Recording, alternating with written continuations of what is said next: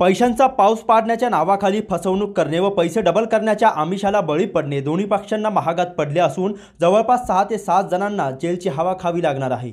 या प्रकरणी जानेफळ तालुका मेहकर जिल्हा बुलढाणा पोलिसांकडून कोपरगाव पोलिसांकडे गुन्हा वर्ग झालेला आहे।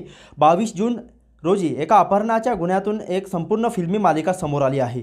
बुलढाणा जिल्ह्यातील जानेफळ येथील दिलीप भिकाजी इंगळे वय 45 वर्ष राहणार इंदिरानगर जानेफळ जिल्हा बुलढाणा याने अमोल जयसिंग राजपूत राहणार जानेफळ जिल्हा बुलढाणा यांना पैशांचा पाऊस पाडण्याचे आमिष दाखवले। पैशांचा पाऊस पाडण्यासाठी दिलीप इंगळेसह अमोल जयसिंग राजपूत व इतर 4-5 जण असे सर्वजण कोकमठाण परिसरात आले असता यातील आरोपी यांनी पैशाचा पाऊस पाडण्याच्या कारणावरून त्याचे अपहरण करून पांढऱ्या रंगाच्या ट्रिबेट कारमधून 22 जून रोजी रात्री 10-11 वाजेच्या सुमारास कोकमठाण शिवारातील SJS हॉस्पिटल या ठिकाणावरून कुठेतरी घेऊन गेले आहे।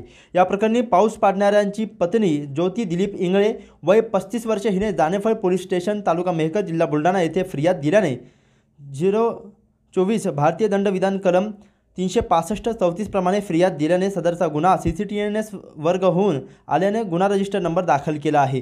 कोपरगाव शहर पोलीस स्टेशनचे पोलीस निरीक्षक प्रदीप देशमुख यांच्या मार्गदर्शनाखाली सहाय्यक पोलीस निरीक्षक रोहिदास ठोंबरे हे या संपूर्ण घटनेचा पुढील तपास करीत आहे।